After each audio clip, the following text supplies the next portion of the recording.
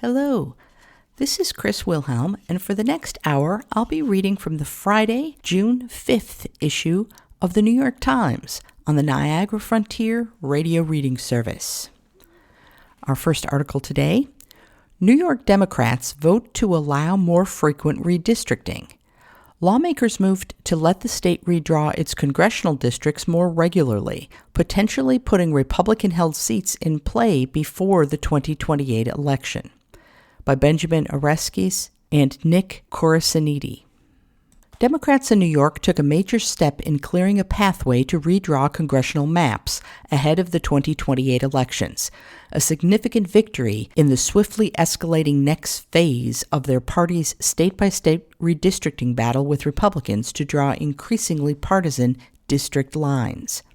State lawmakers voted late on Wednesday to allow for mid-decade redistricting instead of once every 10 years, linked to the U.S. Census. The bill also removes restrictions on districts drawn to benefit incumbents or one political party over the other. These proposals, which passed without the support of any Republicans in Albany, must be signed off by the legislature again next year and then approved by the voters in a referendum in November 2027. Under that timeline, the Democrat-led legislature could oversee new district lines before the 2028 election, potentially putting as many as 4 Republican-held seats in play. As long as Republicans are going to continue to try to aggressively gerrymander in states in the South and beyond, we need to be in a position to respond next year, and we will, Representative Hakeem Jeffries, the House Minority Leader, said in an interview. There will come a point where we need one national standard to prevent things like aggressive partisan gerrymandering, Mr. Jeffries added later, but until that day arrives, blue states like New York have to respond decisively. What started with Republicans in Texas last year has spread across the nation, with elected officials from both parties looking for any advantage, however small, to increase their chances of winning a governing majority in the House of Representatives. Perhaps no state is more critical to the Democrats' plan for maximalist aggressive redistricting in 2028 than New York. Democrats are eager to pull back to even, or possibly ahead, in the national redistricting wars next cycle after being dealt significant setbacks this year. But New York Democrats have had a tortured recent history with drawing maps, with some of their efforts overturned in court. Scarred by these fights in recent years, Mr. Jeffries, the Minority Leader of New York, and Representative Joseph D. Morell of New York have been working closely with Senator Michael Gianaris, the Deputy Majority Leader in the state Senate, and other state Democrats to enact these changes. In doing so, Mr. Jeffries and Mr. Morell are seeking to revisit and revise some of their own history. They were both in the state assembly and supported many of the reforms in 2012 that they are now undoing. Republicans controlled the state Senate majority at the time, and they reached a deal with the state's Democratic Governor Andrew M. Cuomo to form an independent redistricting commission. The commission comprised 10 appointees split evenly between both parties, with the stated goal of preventing partisan gerrymandering. On Wednesday, Democrats moved to scrap many of those reforms while making it easier for the state legislature to redraw the lines if the state's independent redistricting commission cannot agree on a map. The fear was that if you set up a political commission that is split evenly between the parties, it is designed to fail, and that's precisely what happened, Mr. Gianaris said. What you're seeing now is the states that are willing to abuse the process lean heavily Republican, he added. California got to redo their maps, but there's not been much else counteracting what Texas, Florida, and others are doing. We are a very big state that has the opportunity to be responsive to what's going on around the country. Among Democrat-led states, New York's potential gains could only be matched by a possible redistricting redo in Virginia and a push for 3 new Democratic-leaning districts in Colorado. Other states on the Democratic battle plan for new maps in 2028, like New Jersey, Oregon, Washington, Illinois, and Maryland, are likely to only add a single new Democratic-leaning district in each state. But Republicans are also likely to further expand their redistricting efforts next year. Georgia is set to take up 2028 redistricting this month, and Republican leaders in South Carolina and Mississippi have indicated that they plan to redraw their maps for the next cycle. Other states that have already redrawn, such as Texas and Louisiana, could further split up their maps, and some Republican states that once refused, like Indiana and Kansas, could try again next cycle. All told, given the political turmoil, the looming 2028 election, and the legal guardrails on redistricting all but gone, the redistricting wars are likely to intensify across the country. Still, Republicans questioned the motives of the ruling Democrats. We've heard a lot about how we're now playing games alone, and that there are things happening in other parts of the country. Last time I checked, we're sitting in the New York State Capitol, and we're talking about the New York State Constitution, said Senator Jack Martins, a Republican from Long Island, who noted how Democrats like Mr. Gianaris had supported various anti-gerrymandering and independent redistricting efforts in the past. I fail to see how these changes are going to actually inure to the benefit of the residents and the voters of New York State, Mr. Martins added. One of the challenges for Democrats, should they get the go-ahead to redraw congressional maps, is to maximize partisan gain while not blowing up black and minority communities core to the Democratic base. For example, predominantly black districts in Brooklyn will most likely need to be divided to tilt the district held by Representative Nicole Malliotakis, the lone Republican in the city's House delegation. Similar divisions would be likely to break apart minority communities in Queens to potentially flip red-hued Long Island districts. Mr. Jeffries deflected a question about how New York Democrats might protect minority voters while still drawing the most aggressive map possible. We can do both, he said, but declined to offer any details, only allowing the Democrats will meet as a delegation to discuss possibilities before any maps are drawn. We can respect the value of giving traditionally underrepresented communities the ability to elect the candidate of their choice, while at the same period of time creating competitive races so that we can respond to the unprecedented gerrymandering scheme that Donald Trump has launched, Mr. Jeffries said. John Bolton reaches deal to plead guilty over classified information.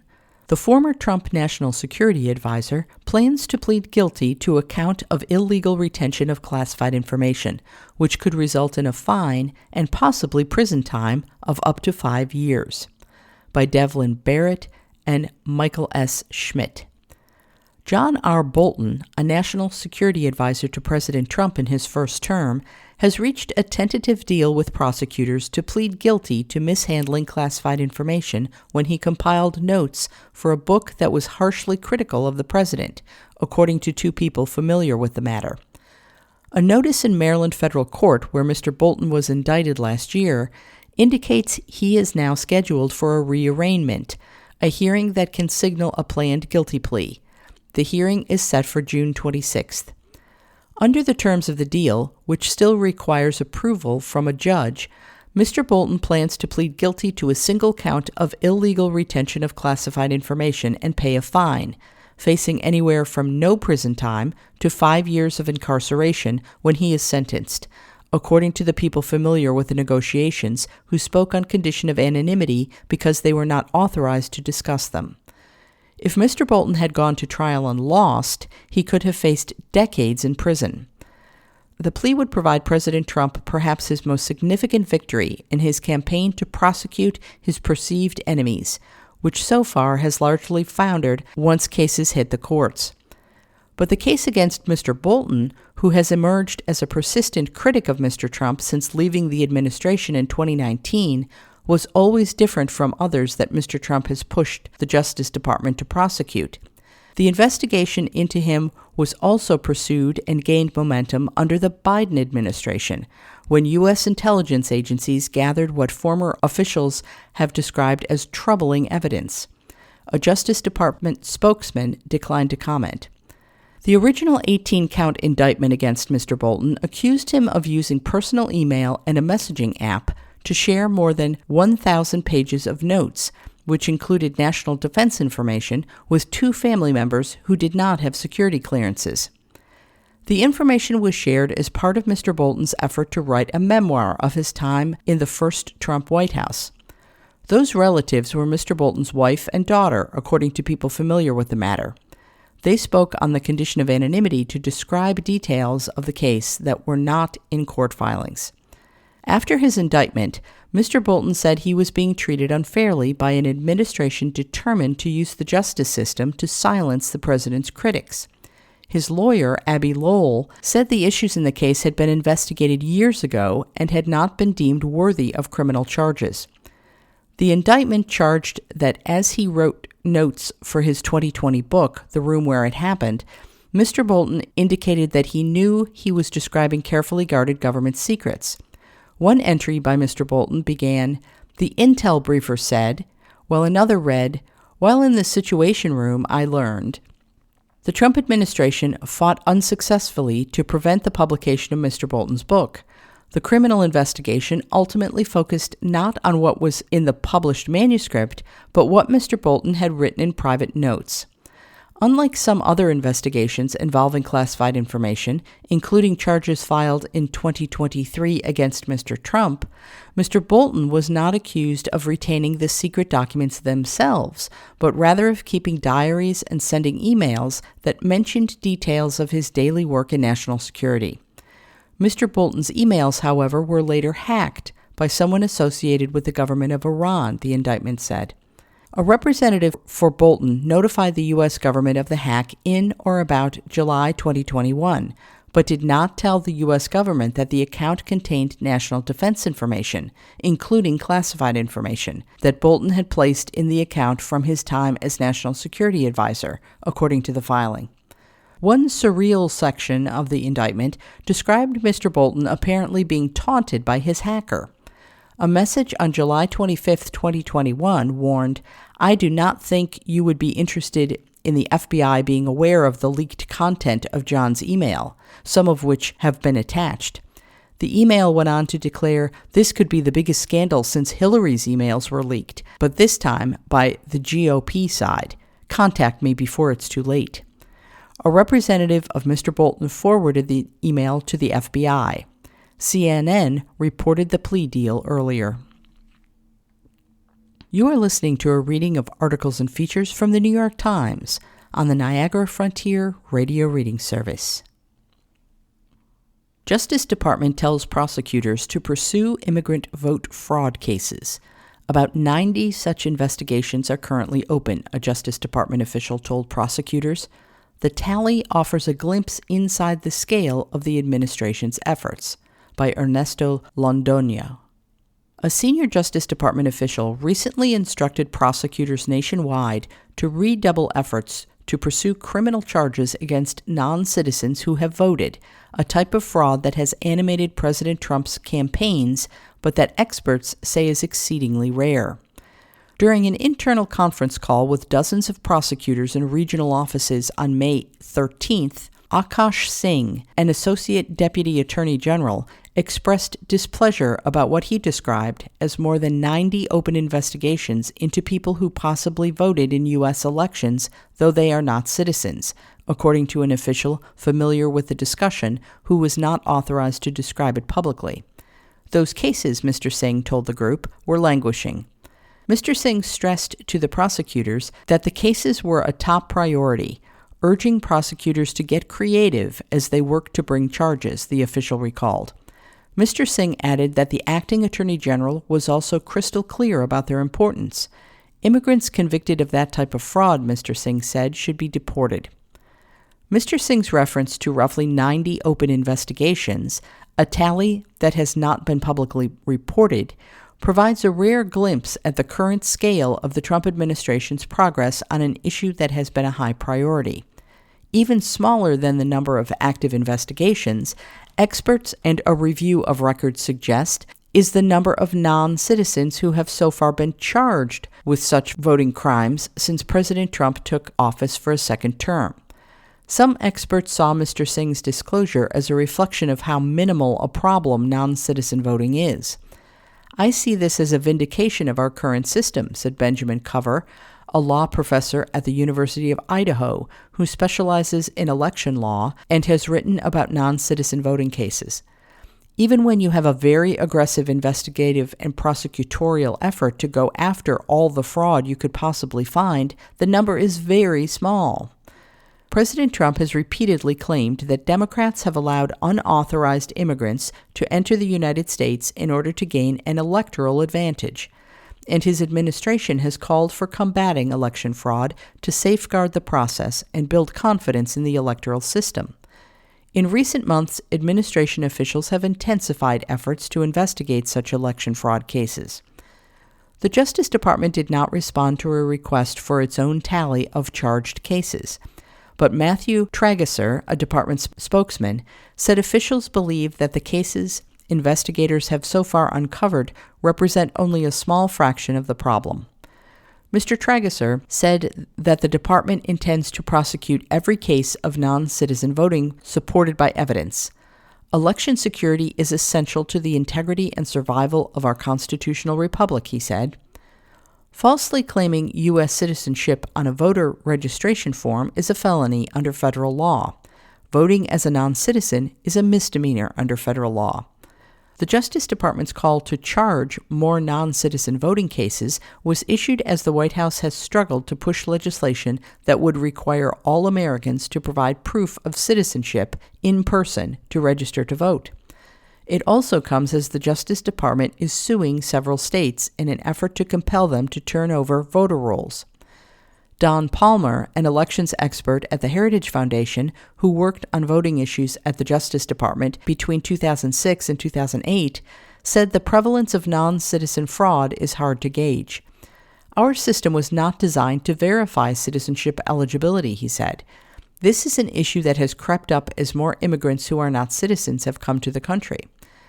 Early this year, a review of 49.5 million voter registrations provided by several states to the Department of Homeland Security yielded 10,000 records, or 0.02%, flagged for needing further analysis to determine whether the voters were eligible. Several state election officials have determined that many voters get erroneously flagged as non-citizens in these reviews. Election officials and experts say a more reliable snapshot of non-citizen voting comes from audits some Republican-run states have performed, which show rates that are extraordinarily small. In 2024, a review by Georgia's Secretary of State found that of the 8.2 million voters on its rolls, 20 lacked citizenship. A similar audit in Tennessee found 42 possible non-citizens in a voting pool of 4.3 million.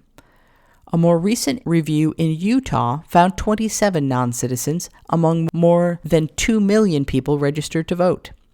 Steve Simon, Minnesota's Secretary of State, a Democrat who is among those fighting the Trump administration's effort to examine Minnesota's state voter records, said that the incidence of non-citizen voting in the United States is microscopic and generally the result of ignorance. Of all the things that someone would risk deportation for, casting one of tens of millions of ballots for a preferred candidate in a presidential election has to be an extremely low priority, he said. Mr. Cover, the law professor, has kept a national database since January 2025 of people charged with voting as non-citizens. His count includes 20 defendants. A separate review by The Times using a commercial legal database found 25 cases, including the ones Mr. Cover has studied. Among people charged with such violations last year were a Ukrainian woman and her daughter who received green cards in 2023. When confronted by investigators, the mother, Svetlana Demidyenko, said she did not realize she was not eligible to vote, according to a criminal complaint. Mrs. Demidyenko reportedly said she voted because she wanted to support the country. Her daughter told investigators she had hoped her vote would make a difference. A lawyer for the two women, who have entered not guilty pleas and are awaiting trial, did not respond to a request for comment. Last September, prosecutors in Louisiana charged a man with voting as a non-citizen. Within days, a judge dismissed the case after prosecutors disclosed in a filing that recently obtained information raises a legitimate question about whether a crime had been committed. Prosecutors did not respond to questions about the case. One of the first people charged with voting as a non-citizen since Mr. Trump returned to the White House was Aqil Abdul Jamil, an Iraqi immigrant. A Justice Department news release about the case asserted that he had voted in the 2020 election and described that as a callous and illegal act and an insult to the democratic process. A review of the case docket showed no activity since Mr. Jamil was charged in late April 2025.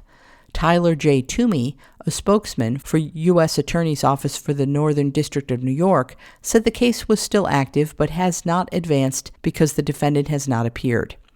Mr. Jamil, who did not respond to requests for comment, filed multiple lawsuits in recent years in which he complained bitterly about illegal immigrants and expressed admiration for Mr. Trump and his border policies. Early research suggests a path to predict and prevent lung cancer. Scientists have identified proteins that could signal increased lung cancer risk, as well as a drug that could reduce the odds of a tumor developing. By Nina Agrawal. Scientists have made a discovery that may help prevent some people from developing lung cancer, which kills more people worldwide than any other cancer. A team of more than 80 researchers working across 4 continents have identified a set of proteins in the blood that accurately predict lung cancers more than 5 years before diagnosis. The scientists also found early evidence that an existing anti-inflammatory drug could significantly reduce lung cancer risk in people with elevated concentrations of these proteins, which they linked to inflammation. More research is needed before a test based on these proteins could be ready for use in patients, and scientists would still need to run a randomized trial to determine whether the drug prevents lung cancers. Still, outside experts said the findings, which were published on Thursday in the journal Cell, offer a promising starting point toward a long-held public health goal. Preventing lung cancer has been a missing holy grail for a very, very long time, said Dr. Douglas Ehrenberg, a professor of medicine at the University of Michigan who was not involved in the study. The authors may have identified a biological marker that not only predicts risk, but also predicts the probability of benefit from a given drug for prevention, he said. Over the past 2 decades, the medical community has made much progress on lung cancer, due in large part to screening programs that detect it sooner and to targeted drugs and immunotherapies that can extend life even in patients with late-stage disease. Still, lung cancer is the most commonly diagnosed cancer worldwide, and fewer than 1/3 of people diagnosed survive past 5 years. Prevention is the solution in my mind, said Dr. Charles Swanton, an oncologist and clinical director of the Francis Crick Institute in the United Kingdom, who was the senior author of the paper.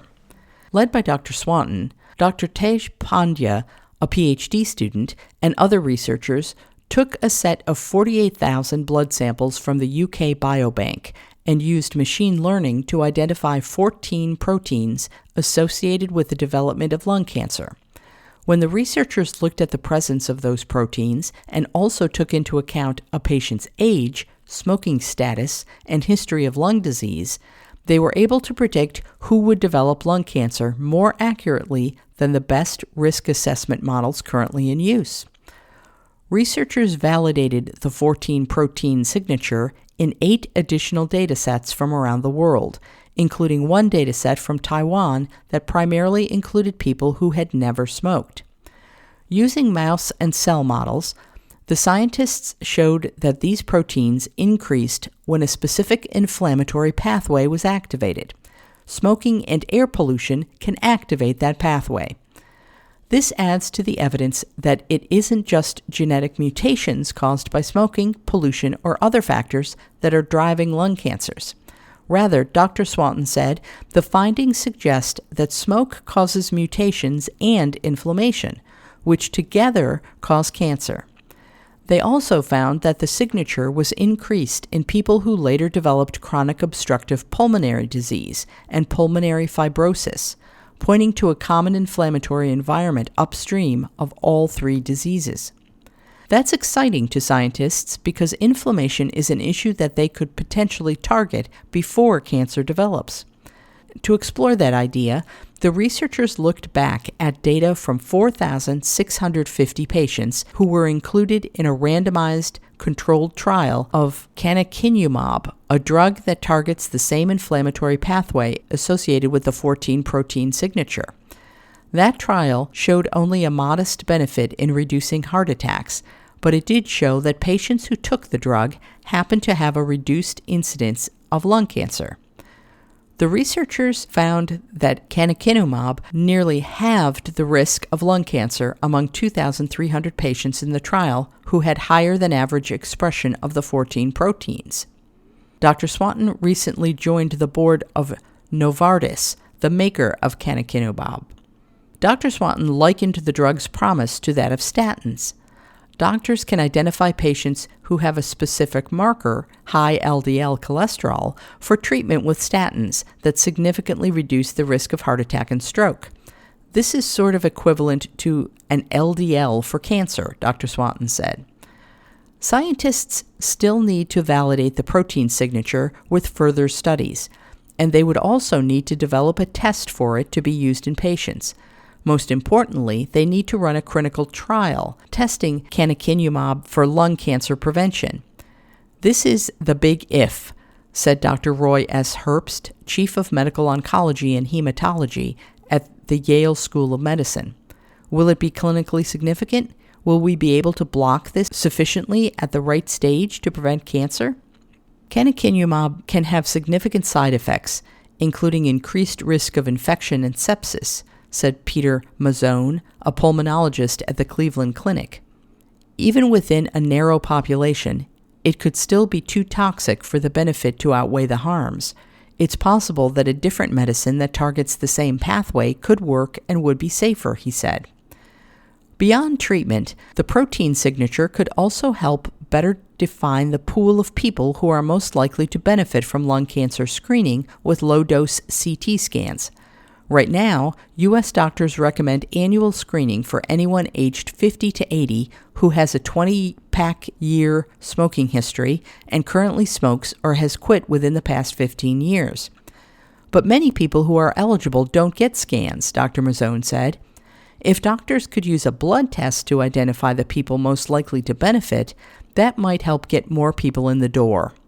A blood test could also help identify others who aren't covered by the eligibility criteria but may be at increased risk. In particular, there is a big need to better detect lung cancers in people who never smoked, Dr. Mazzone said. The new paper suggested that some components of the protein signature could help identify non-smokers who are at increased risk of lung cancer, but more data is needed to show whether that's possible. Dr. Herbst said that over the course of his 30-year career, he had seen lung cancer change from an incurable disease to a curable condition in some patients. But the greatest benefit is still going to be getting it at the earliest stages or preventing it, he said. This is a step forward in that direction. You are listening to a reading of articles and features from the New York Times on the Niagara Frontier Radio Reading Service. January 6th rioter is hired to work in sensitive Pentagon office. It was not clear who hired Elias Irizarry, who pleaded guilty to various offenses at the Capitol and was later pardoned by President Trump. By Helena Cooper and Alan Fuhr. The Pentagon's Special Operations and Low-Intensity Conflict Office is a sensitive Defense Department branch responsible for uncovering and defending against terrorism plots and asymmetric warfare, and making sure that U.S. commands have everything they need to carry out their missions. The office now has a new asset, a January 6th rioter who pleaded guilty to climbing through a broken window at the Capitol and to other offenses. Elias Irizarry, who was 19 on January 6, 2021, eventually apologized for his actions. President Trump pardoned Mr. Irizarry on Inauguration Day last year when Mr. Trump began his second term by granting blanket clemency to January 6th rioters. It was unclear who was responsible for the appointment of Mr. Irizarry, which was reported earlier by the Washington Post.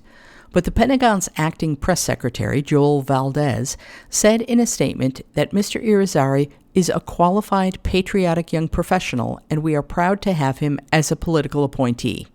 Political appointees usually are selected by the Office of the Defense Secretary, or in some cases, the White House.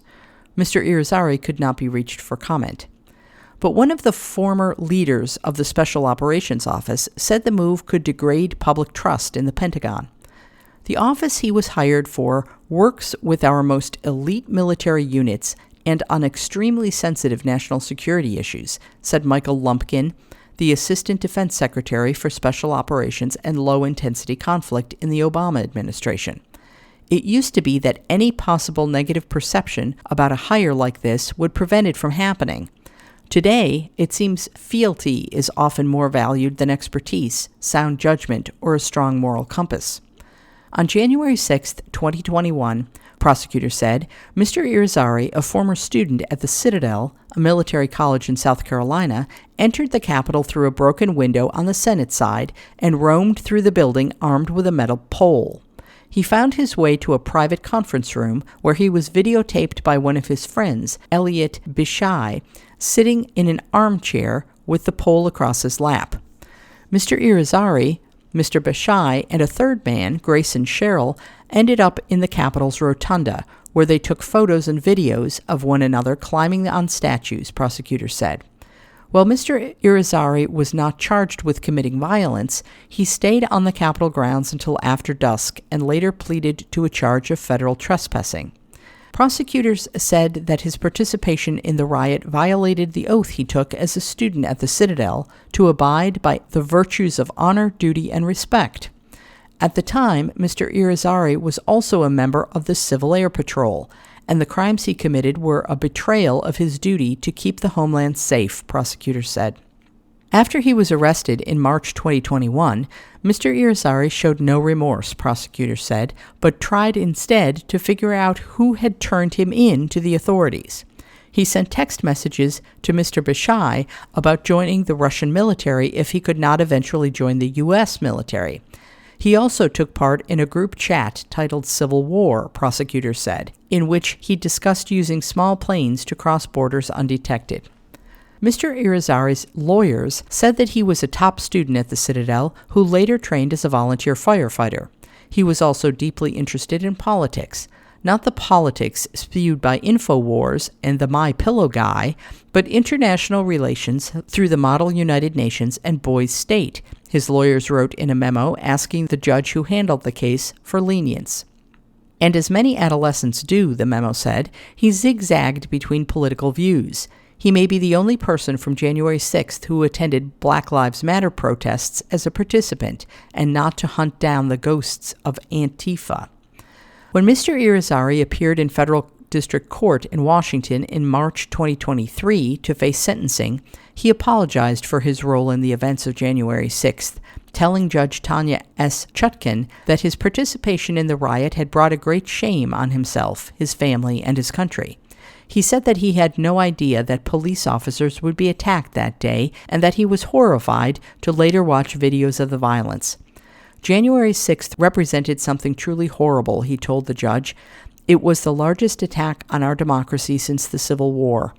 The idea of Americans being willing to fight other Americans and tear down the very institutions that millions of other Americans sacrificed and built and protect is horrible.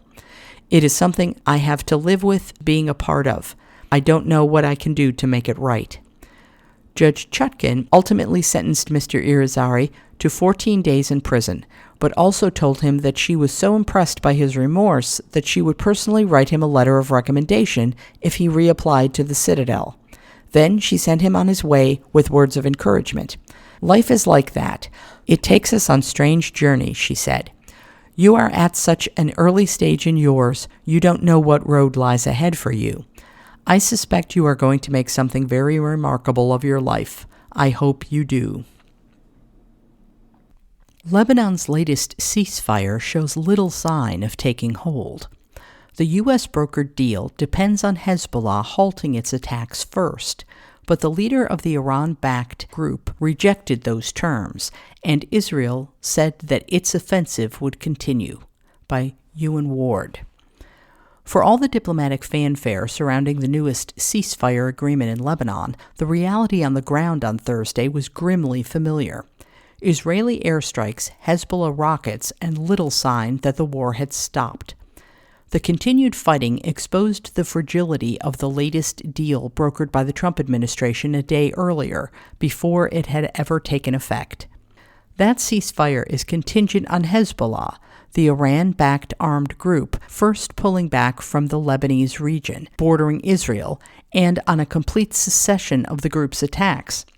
But Israel is not required to make any immediate concessions in parallel, and Hezbollah did not take part in the ceasefire negotiations, leaving Lebanon's government with little power to force it to comply.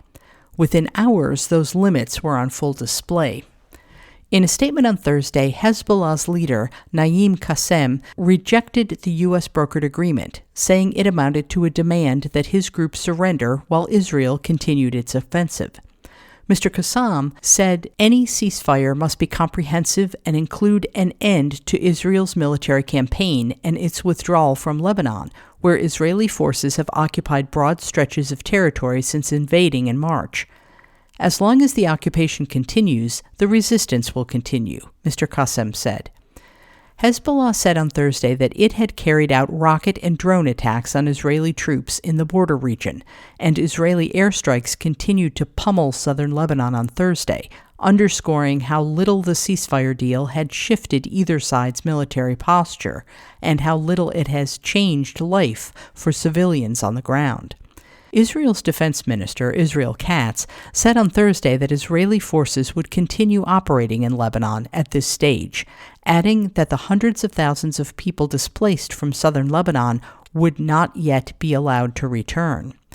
Mohanad Haj Ali, a senior fellow at the Carnegie Middle East Center in Beirut, said the agreement announced on Wednesday was another performative ceasefire, one with all the packaging for a great declaration but no commitment.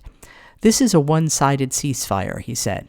The new agreement follows an earlier U.S. brokered ceasefire that took effect in April but did little to stem the fighting. Under that deal, Israel said it retained the right to act in self-defense but would not carry out offensive operations against Lebanese targets by land, sea, or air. Since then, Israeli ground forces have pushed deeper into Lebanon, and Prime Minister Benjamin Netanyahu of Israel ordered the military to scale the offensive against Hezbollah, even as truce talks continued. Before Mr. Qassem's speech, President Joseph Aoun of Lebanon had signaled that the ceasefire was not yet in effect, telling reporters on Thursday that the Lebanese government was still waiting for a response from Hezbollah before informing Washington of Lebanon's position. Mr. Aoun said the ceasefire could begin within 24 hours of Washington being notified that all sides had agreed, adding that it was the final opportunity to reach a comprehensive ceasefire. But Mr. Qassem's rejection of the agreement made that timeline look increasingly unlikely. Without naming Hezbollah, Lebanon's Prime Minister, Nawaf Salam, warned on Thursday that anyone who rejected or delayed the process would bear responsibility for what followed. Every hour that passes without implementation is an hour paid for by the South and its people, he said. What to know about the fighting in Somalia's capital, Mogadishu. Gun battles erupted on Thursday as armed groups loyal to rival politicians clashed. Residents said it was the worst fighting in years. By Hussein Mohammed and Matthew Mapoke Big. Gun battles have erupted in Somalia's capital, Mogadishu, in what residents said on Thursday was the worst violence there in years. Government forces were fighting militia groups loyal to two of the president's rivals, residents and analysts said. They said the clashes stemmed from Parliament's contentious decision to extend President Hassan Sheikh Mohamud's term in office. It was not clear how the fighting began, but the president's rivals had called for protests on Thursday, and their fighters and the government's forces had moved into close proximity. Here's a look at the violence in the East African country and why it matters. Before dawn on Thursday, residents of Mogadishu, a city of about 3 million people, said they began hearing gunfire and the sounds of mortars and rocket-propelled grenades coming from a district where government forces and armed men loyal to the president's rivals had been massing for days. Videos show nearly empty streets and captured the sound of gunfire and explosions. No information about casualties was immediately available. Fighting was continuing on Thursday afternoon, residents said, and some in the capital were fleeing to safer neighborhoods. One resident, Fartun Daoud, 27, a mother of two, said, "I no longer trust that I can live in this country. No politician seems concerned about our safety. I'm worried about my children," she added. The fighting broke out near the homes of two opposition leaders, former President Sharif Sheikh Ahmad and former Prime Minister Hassan Khaira. Both residents are also bases for the men's private security forces, making them centers of military muscle within Mogadishu. Samira Gaid, a political analyst in the city, said that the clashes began after government forces tried to drive Mr. Khaira's forces out of a neighborhood near the presidential palace. Clan elders, who play a powerful role in Somali politics, were trying to negotiate an end to the fighting, Ms. Gaid said in an interview on Thursday. On Wednesday, there had been a smaller outbreak of fighting. That night, Mr. Ahmed said that Mr. Mahamud had ordered a sustained and indiscriminate military assault with the apparent objective of killing me. Speaking to journalists, he added, "If I have a single bullet left, any man that fires at me, I'll fire back at him."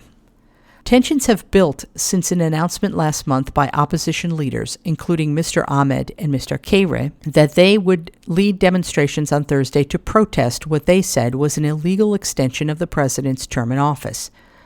Mr. Mahamud's term was to expire May 15th, but in March, Somalia's bicameral parliament, with the president's encouragement, voted to extend his term by 1 year.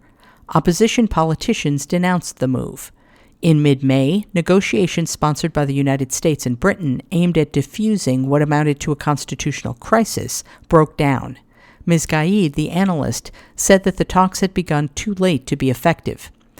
Mr. Mahamud had framed the extension of his term and of those of members of parliament as part of a plan for more direct democracy, moving Somalia away from indirect elections, in which clans and regional leaders vote for lawmakers, toward a one-person, one-vote system. Opposition politicians, calling themselves the Somali Future Council, said that the plan would lead to the entrenchment of the president's power and was unworkable. Many Somalis, they said, would be disenfranchised by direct elections, given that the militant group al-Shabaab controls parts of the country. On Thursday, the U.S. Embassy described the fighting as reckless and urged calm. Somali leaders on all sides have responsibility to preserve stability and resolve differences through peaceful means. Other countries also called for dialogue. Omar Mahmoud, an analyst with the International Crisis Group, said the fighting was the inevitable result of a lack of compromise. President Trump described Somalia in December as not even a country, but the Pentagon has been working with the government in Mogadishu, conducting scores of airstrikes against militant targets in the country. For 15 years, Somali politicians have been working towards stable statehood under a federal system, after years in which there was no recognized central government at all, the definition of a failed state. Since 2012, it has completed 2 full election cycles, though the end of the previous electoral mandate in 2021 also saw serious clashes in Mogadishu. The government faces severe security challenges. It is reliant on an African Union peacekeeping force and the United Nations to keep al-Shabaab at bay. Last month, a report by the United Nations and aid groups found that about 1.88 million children in Somalia were expected to need treatment for acute malnutrition this year, while around 6 million people, about 30% of the population, faced acute food insecurity. Nonetheless, Somalia has played an increasingly significant geopolitical role, partly because of its coastline on the Gulf of Aden near the Red Sea. Those waterways are conduits for global shipping and have been made all the more important by the closure of the Strait of Hormuz. You are listening to a reading of articles and features from the New York Times on the Niagara Frontier Radio Reading Service. Ireland, seen as a weak link in Europe's defense, is trying to bulk up. As concern rises in Europe over threats from an emboldened Russia, the Irish government says it's working to plug gaps in its military, which reflect a tradition of neutrality. By Megan Specia. 2 sailors peered through binoculars from the bridge of the naval vessel as it patrolled the Irish Sea on a still morning in early May. As they scanned the horizon, Lieutenant Commander Maria O'Callaghan, the captain, pointed to a series of lines on a navigation display, indicating underwater power cables and gas pipelines that stretch between Ireland and Britain. The crew of the Irish ship, the George Bernard Shaw, was looking for anything out of the ordinary, while the captain used the screen to monitor a large vessel transporting liquefied natural gas. Although the ship was not on a sanctions list, the crew knew from tracking it in the past that it was heading north toward a Russian port, narrowly skirting Ireland's territorial waters. Their patrol was part of a stepped-up campaign by Ireland to apply greater scrutiny to the waters that surround it, as hybrid threats from an emboldened Moscow hang over Europe and ships seeking to circumvent Western sanctions sail in and out of Russia. As America retreats from long-standing alliances in Europe, experts have warned that this small island nation with permanent military forces of only 7,500 could be a weak link in European defense. That has resonated with the Irish government as it moves to modernize and bulk up its own defenses. Lieutenant Commander O'Callaghan, 38, said her ship had begun hailing and questioning vessels over the radio at a level never seen in her 20 years of service. Ireland has a long tradition of military neutrality, and successive Irish governments have used that posture to justify low defense spending. It is not a member of NATO, but Ireland carries outsized importance, security experts say, as a global data hub and as the European headquarters for many multinational technology giants, including Apple, Google, and Meta. Ireland's Foreign, Trade, and Defense Minister, Helen McEntee, said in an interview with the New York Times that her government was working swiftly to close the gap left by underinvestment. We need to be clear about what we as a country need to do, and that's have stronger defense and security, that we need to invest in it more, she said. We are doing just that. The change is happening as quickly as possible, she said, asserting that hybrid threats from Russia had made one thing clear. Ireland is not immune to that. Ireland has raised its overall defense budget for the period from 2026 to 2030 to 1.7 billion euros, around $1.97 billion, a 55% increase. In February, it unveiled its first maritime security strategy, setting out a 5-year plan to protect its interests at sea and strengthen defense. The maritime threats are growing, security experts agree. They cite the so-called Shadow Fleet, a group of aging tankers that covertly carry Russian fuel to avoid Western sanctions, but which are suspected of also sabotaging undersea cables elsewhere in Europe.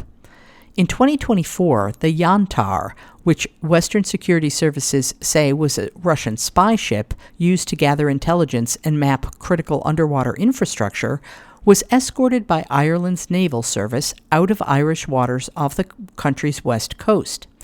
It passed through the Irish Sea again in 2025. Other Russian vessels have been spotted lurking over data and energy cables in Irish waters. A significant number of Shadow Fleet ships have routed around Ireland's west coast in recent weeks after Britain announced a new policy allowing the Royal Navy to board Russian ships under sanction transiting through its waters.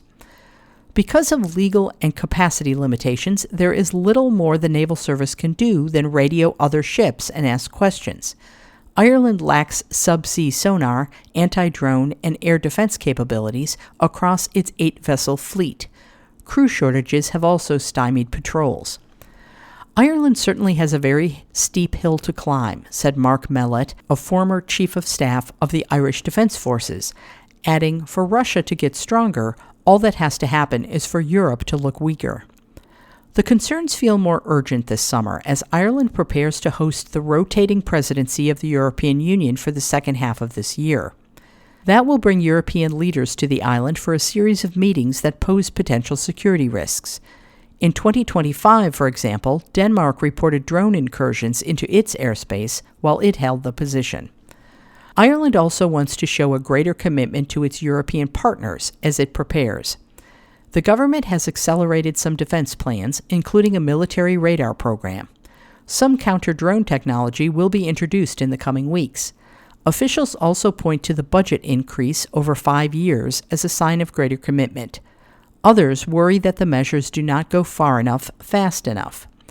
Barry Andrews, an Irish member of European Parliament, in a report earlier this year, found that Ireland's security governance, infrastructure, and military capabilities were not sufficient in this current security climate.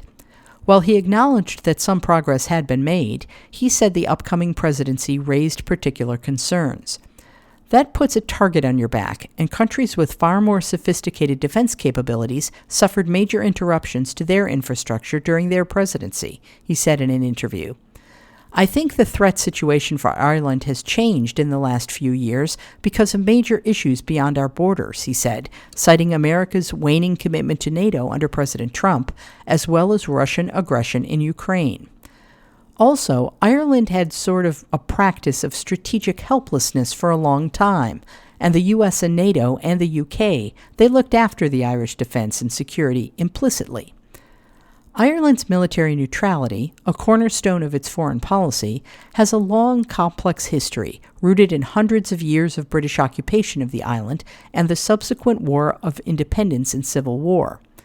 Since the state's founding, it has maintained military neutrality, including during World War II. The notion has stayed popular, and Ms. McEntee, the defense minister, dismissed the idea that the government was shedding that stance. Ireland's position of military neutrality is not a position that's in question, Ms. McEntee said, but added that neutrality didn't mean the country shouldn't invest in defense. The country has long-standing involvement in peacekeeping missions, a point of national pride. Ireland sends its largest number of troops to the UN peacekeeping mission in Lebanon, known as UNIFIL. Ireland has plans to increase its permanent defense personnel to 11,500 by 2028. And the Naval Service, long tasked with duties like policing fishing grounds, intercepting drug smugglers, and search and rescue, will soon begin an upgrade that will modernize vessels and enhance recruitment. For Lieutenant Commander O'Callaghan, the captain of the George Bernard Shaw, the view from the bridge will look very different in the coming months and years, with sophisticated sonar equipment alerting the crew to underwater activity and surveillance radar allowing them to track aerial threats. It's part of a rapidly changing awareness of the significance of the marine domain, she said, as the Bernard Shaw glided across a remarkably still stretch of the Irish Sea northeast of Dublin. You will hear it referred to as sea blindness. As a nation, we just didn't understand. We were very much inward-looking, she said, but there has definitely been a shift in that. And our last article today: we interrupt this Knicks victory for a political ad starring Mamdani.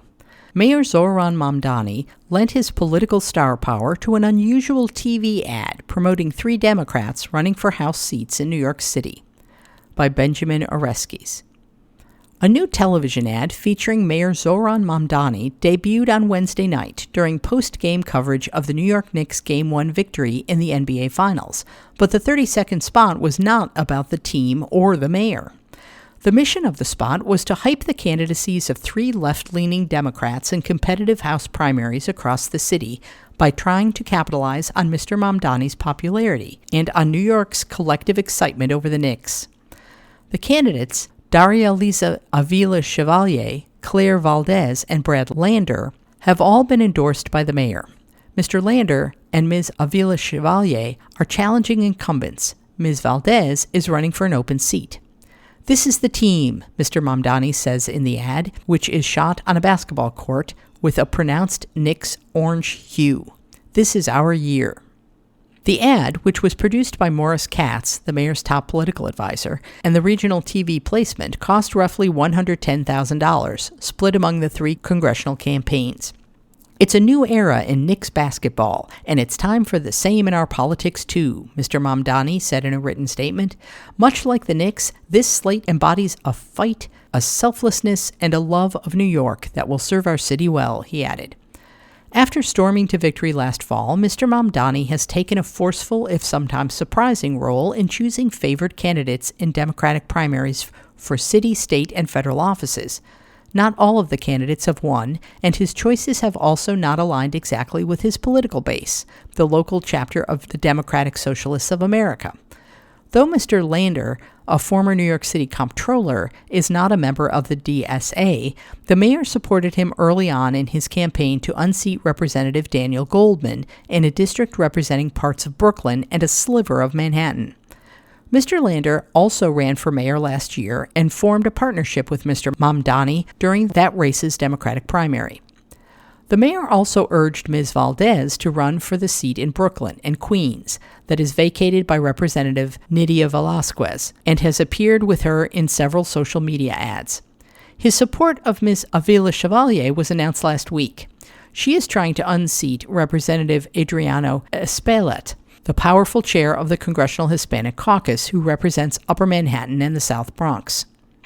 Ms. Avila Chevalier and Ms. Valdez are DSA members, yet some of the organization's members have expressed frustration that Mr. Mamdani did not back their full slate of candidates, including many running for state office. His decision not to do so may be the result of an arrangement between the mayor and Carl Heastie, the Assembly Speaker. Before endorsing Mr. Mamdani last year, Mr. Heastie sought assurances from the mayor that he would not back state legislative primary challengers pushed by the DSA. But the mayor was clearly eager to show his enthusiasm for his preferred candidates, as well as the Knicks. In the ad, Mr. Mamdani tosses the ball to Mr. Lander, who says that he will block billionaires from buying our elections before trying a behind-the-back pass. Mayor Mamdani and I are ready to go like a Brunson cat pick and roll, Mr. Lander said in a statement, referring to two of the team's star players.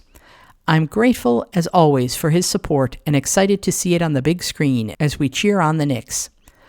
Also in the ad, Ms. Avila Chevalier says she will abolish ICE, and then throws a bounce pass to Ms. Valdez, who declares, I'll stand up to bad landlords and greedy corporations. Mr. Mamdani's support for Ms. Avila Chevalier has proved the most intriguing, particularly because the mayor had previously committed to supporting Mr. Espaillat.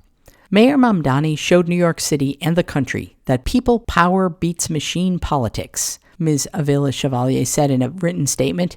Now voters in New York 13 have the same choice, a movement that actually fights to keep working families in their homes, or more of the same establishment politics that left Uptown and the Bronx behind. You've been listening to a reading of articles and features from the Friday, June 5th issue of the New York Times. Your reader has been Chris Wilhelm. Thank you for listening.